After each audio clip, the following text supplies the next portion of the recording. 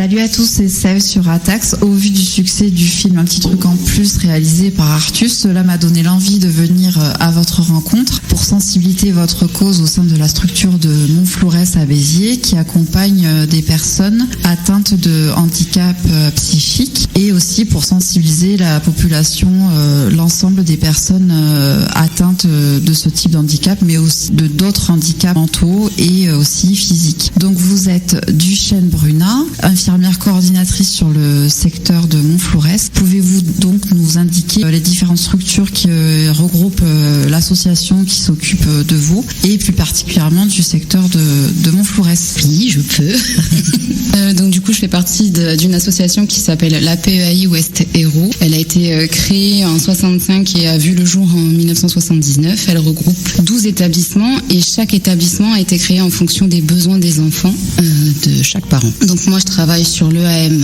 donc établissement d'accueil médicalisé à Montflourès, et sur la maison d'accueil spécialisée La Masse de Montflourès. Donc à La Masse, on a des personnes en situation de polyhandicap avec de la déficience mentale moyenne à profonde, et sur l'établissement d'accueil médicalisé, on accueille des personnes en situation de handicap psychique associées parfois à de la déficience mentale légère. Est-ce que vous pouvez nous donner un peu plus de précision sur le type de pathologies qui sont recensées? Donc nous, on accompagne des personnes souffrant de schizophrénie, de bipolarité, de syndrome de Korsakoff qui est souvent lié à une surconsommation d'alcool, et on peut avoir des personnes en situation d'autisme. D'accord, donc effectivement le public est divers et varié. Justement, est-ce que vous pouvez nous parler du type de financement pour pouvoir accueillir tout ce monde? Alors on a un double financement qui est le conseil départemental et l'ARS. C'est pour ça qu'on peut être médicalisé. Et par rapport au rôle de chaque intervenant, c'est-à-dire les moniteurs éducateurs, les éducateurs spécialisés, les AES et les aides-soignantes, est-ce que vous pouvez nous parler du rôle de chaque intervenant? Bien sûr, on fera appel aussi à Karima qui est AES au sein de la structure pour nous parler de manière plus précise de votre rôle au quotidien auprès de ces personnes. Donc du coup, on a effectivement des équipes pluriprofessionnelles. Donc comme je vous le disais juste avant, on a un financement du département et ensuite de l'ARS qui nous permet d'avoir justement des personnes d'accompagnement éducatif, donc les éducateurs spécialisés qui eux vont coordonner. Ils sont aussi garants de la construction des projets personnalisés pour chaque personne accompagnée. C'est ce qui permet de déterminer leurs objectifs en fait à l'année. D'accord. Voilà, sur leurs activités.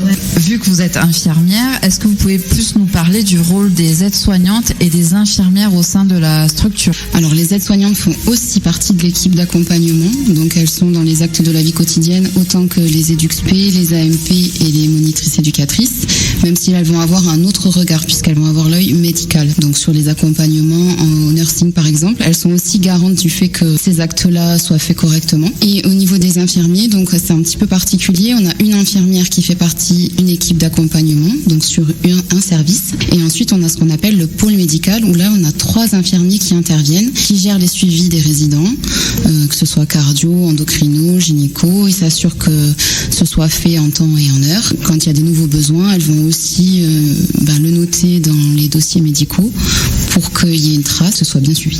Donc pour les rendez-vous médicaux, les résidents sont accompagnés par un professionnel médical, paramédical. Ça va dépendre de leur autonomie en fait. Certains peuvent se rendre à leur consultation seuls, d'autres en taxi et d'autres nécessitent qu'on les accompagne. Après, quand ce sont des consultations spécialistes, les infirmières qui vont accompagner, et quand ce sont des accompagnements qui ne nécessitent pas une compétence médicale particulière, mais quand même une présence auprès des résidents, à ce moment-là, les équipes peuvent prendre notre relais. Karima, est-ce que vous pouvez nous parler de votre parcours et de la partie éducative au sein de la structure, de manière plus générale? Donc nous, notre travail, c'est vraiment un accompagnement déjà dans les actes essentiels, je dirais.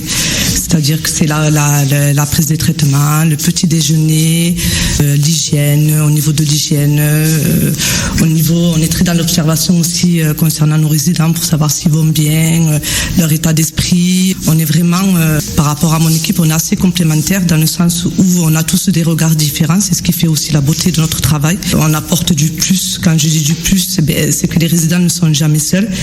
Nos accompagnements sont toujours faits en fonction de chaque personne. C'est pas un accompagnement pour tous. C'est vraiment un accompagnement individuel. C'est du cas par cas. Notre travail, à nous, notre but, c'est de les rendre le plus autonomes possible ou leur maintenir leur autonomie. On n'est pas là pour faire à leur place. On est là pour les accompagner. On n'est pas là pour les contrôler. On est là pour les aider. C'est vraiment un travail humain. Et là où je travaille, je suis très très contente de travailler sur le AM de Montflorès parce que ça me correspond tout à fait. Et les critères pour ce métier, c'est que des critères humains, c'est-à-dire avoir de l'empathie, un regard bienveillant, l'écoute, la patience, c'est normal et on est assez complémentaires et on peut tous se relier. Est-ce que vous pouvez nous parler des études que vous avez faites pour devenir justement AES? Alors moi, mon parcours scolaire, c'est hors sujet. Hein. Je sais que je voulais toujours faire travailler dans le social, mais c'est vrai que c'est des métiers qu'on connaît pas. À l'époque, quand on disait que je voulais travailler, quand je disais à la dame de CEO, j'aimerais bien travailler dans le social, elle te sortait assistante sociale. Non, il n'y a pas que ça. Moi, j'ai découvert ce métier par la suite. J'ai commencé en tant que veilleuse de nuit, donc j'ai quand même un bac+2, AK, action communication administrative. J'ai quand même un niveau licence MCC, médiation culturelle et communication. Donc je me suis perdue dans mon projet, on va dire scolaire, parce que ça ne me plaisait pas, jusqu'au jour où j'ai vu une annonce qui recherchait une veilleuse de nuit, et à ce moment-là, j'étais en train de faire une formation pour devenir AS, aide-soignante. J'ai découvert le métier, mais dans un premier temps, veilleuse de nuit, ça me correspondait pas, parce que j'avais besoin d'un accompagnement de jour, un accompagnement, comme j'ai dit, un accompagnement de la vie, en fait. Moi, je suis quelqu'un qui aime la vie, et c'est ce que je donne à mes résidents, la joie et la bonne humeur. Et ça, le soir, on ne peut pas faire ça, hein, sans cesser dormir. Donc vous me rejoignez sur le fait que ces métiers-là sont de l'ordre de la vocation. Exactement. Honnêtement, si on n'aime pas l'humain, si on n'aime pas donner de sa personne, parce que comme j'ai dit, nous, notre outil, c'est nous, en fait, c'est notre personne. Nous, c'est pas un stylo, c'est pas une mallette, c'est rien du tout. Si on arrive, c'est nous. Donc il faut arriver de bonne humeur, il faut arriver avec l'envie de travailler et l'envie de bien faire des choses. C'est grâce à votre travail aussi que ces personnes-là arrivent à s'intégrer au sein de la vie quotidienne. Exactement, en fait, même si par moment il y a parce qu'ils ont leur pathologie, hein, mais avant d'avoir leur pathologie, ce sont quand même des personnes. Et même si avec leur pathologie, par moment ils se mettent en retrait, ils s'isolent dans leur chambre, nous on est là pour leur rappeler qu'ils sont là. Notre regard, ça leur permet aussi d'exister, parce que sans le regard de l'autre, en fait, on n'existe pas. Et leur rappeler qu'ils sont pas seuls, qu'on est là pour les accompagner, qu'on est là pour les aider, qu'on est là pour leur remonter le moral. Super.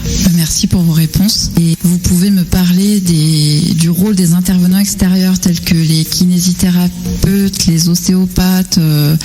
Depuis peu aussi, vous avez mis en place des soins de réflexologie plantaire.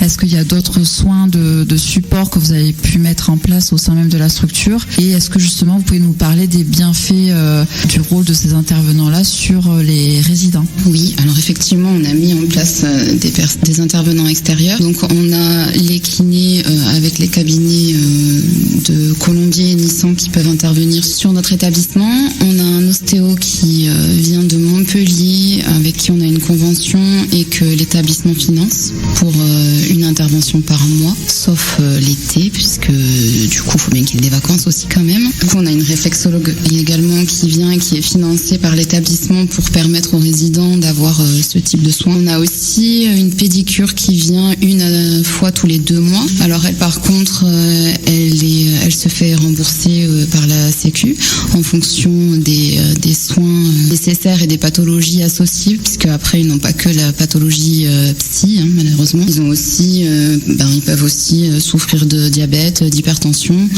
Donc du coup, ce sont aussi des maladies qui peuvent nécessiter des soins en plus, notamment la pédicurie. Donc voilà. Après, sinon, ils sont facturés de leur séance et c'est pour ça aussi qu'on leur demande leur avis, s'ils sont ok ou pas de bénéficier de cette prestation. Après, au niveau du soin, ça va être globalement tout ce qu'on peut proposer en plus des soins médicaux classiques. C'est déjà beaucoup. Oui. On se retrouve dans un instant après une page de musique sur Atax Radio. Atax Radio. On l'écoute parce qu'elle est d'ici.